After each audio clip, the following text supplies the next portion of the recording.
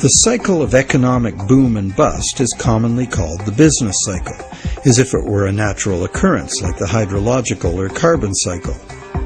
These natural cycles are ultimately driven by the sun. But what is it that drives the business cycle? One answer is the supply of money. And, as we have seen, the supply of money is dependent on loans.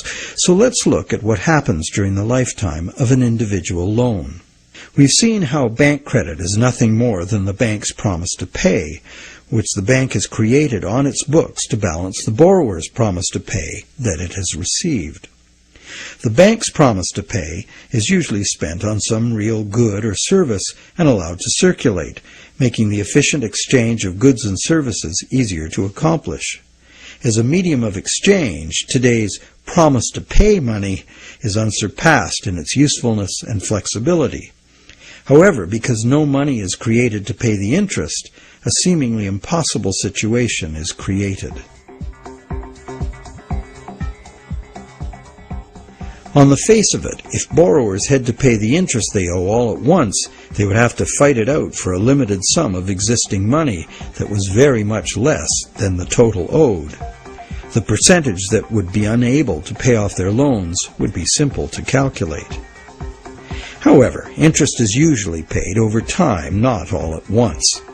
If this interest income is recycled into the general economy as spending, it can be available to be earned repeatedly.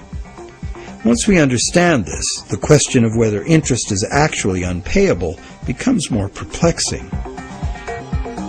Is there such a thing as a sustainable system of lending that does not produce mathematically inevitable defaults? In the Middle Ages, usury, meaning charging interest or any form of making gains solely from having money, was condemned as a sin. While the justification was moral, the reason was practical. In a fixed money supply like gold, anyone systematically rolling over all of their loan money at interest will soon end up with all the money. This problem was a big factor in the ruin of Rome. Private accumulations of gold forced the government to mint coins made of base metals instead of the real thing. Debased currency led to failing confidence and ultimate decline. The lesson was well learned. For the next 1,000 years, the Roman Catholic Church declared collecting interest on a loan to be a sin punishable by excommunication. In some countries, the penalty for practicing usury was death. Is charging interest really a sin? While today it seems very reasonable to charge for the use of money, there's a simple and unavoidable problem with doing so. Unless moneylenders spend every penny of interest they receive in such a way that the borrowers can earn it again, the borrowers are going to come up short regardless of their hard work and personal virtues. Someone will default simply as a result of the arithmetic. This is easy to picture where there's a fixed money supply like gold coin. As long as all of the coins taken in as interest are spent so that the borrowers can earn them, the same coins can be used to pay the interest over and over. The lender can profit by buying real things with this coin, but the coin itself must be spent, not lent nor removed from circulation. Leaving aside any moral considerations, this arrangement would be sustainable. However, if the interest coins are re-lent at interest or removed from circulation by hoarding, there will be an inherent shortage of coins with which to pay off the aggregate debt.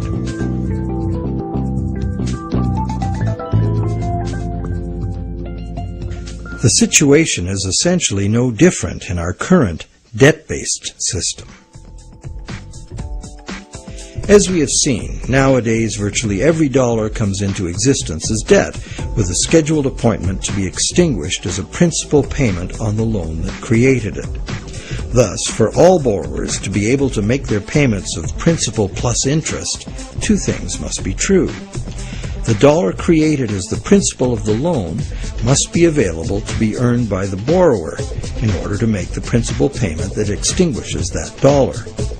And every dollar the borrower pays to the bank as interest must also be available to be repeatedly earned by the borrower so that it can be paid as interest again and again.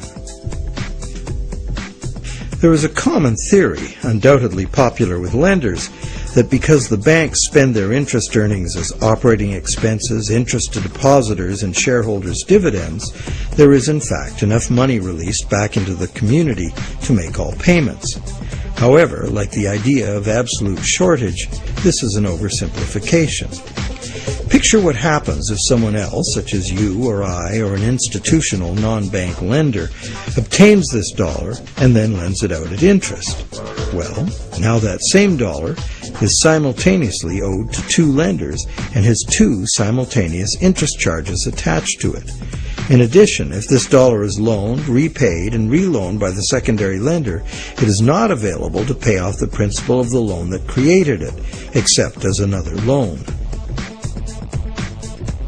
So, can we borrow from Peter to pay Paul and borrow from Paul to pay Peter?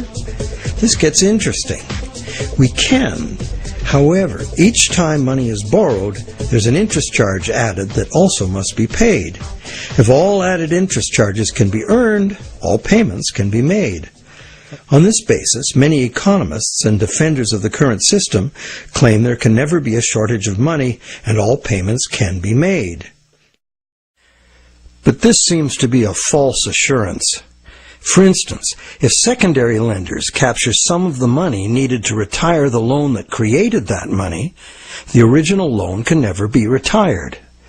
The deficiency will have to be borrowed over and over forever, each time at interest. Each deficiency will be cumulative, adding to an ever-building total of debt that can never be paid off. And it stands to reason that for each added interest charge in the system as a whole, something extra is demanded of the system as a whole to pay for it. This affects everyone, producers, governments, and consumers. For producers, that something extra must be raised through higher prices or more sales. However, competition for more sales usually requires lowering prices, necessitating even more sales, and leads to overproduction and saturation of the market. The end result can mean job losses, plant closures, and bankruptcies. For governments, that something extra is raised by increasing taxes. But increasing taxes drains money from the productive economy, resulting in a reduction in the collective ability to pay taxes, which then necessitates increased government borrowing and additional interest charges. For consumers, something extra can mean getting an additional job, or borrowing to pay past debts, or paying off debt over longer periods of time. However, competition for jobs tends to lower wages, and paying over longer periods of time adds enormously to the amount of interest owed. And of course, borrowing to pay off past debts is like trying to fill a hole with more hole.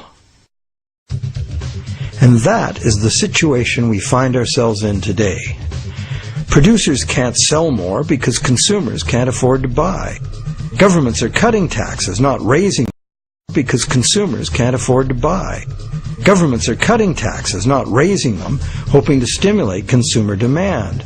And consumers' real incomes are limited or even falling due to competition for a limited number of jobs. Therefore, any increase in the total amount of interest charges within the monetary system as a whole will result in a genuine shortage of money. This is because the real productive economy is limited by the availability of nature's resources. The productive economy exists to serve actual needs.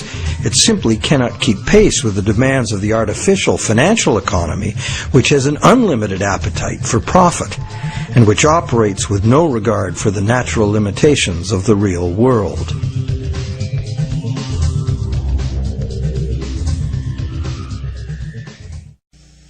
The theory that there's always enough money to pay the interest has a certain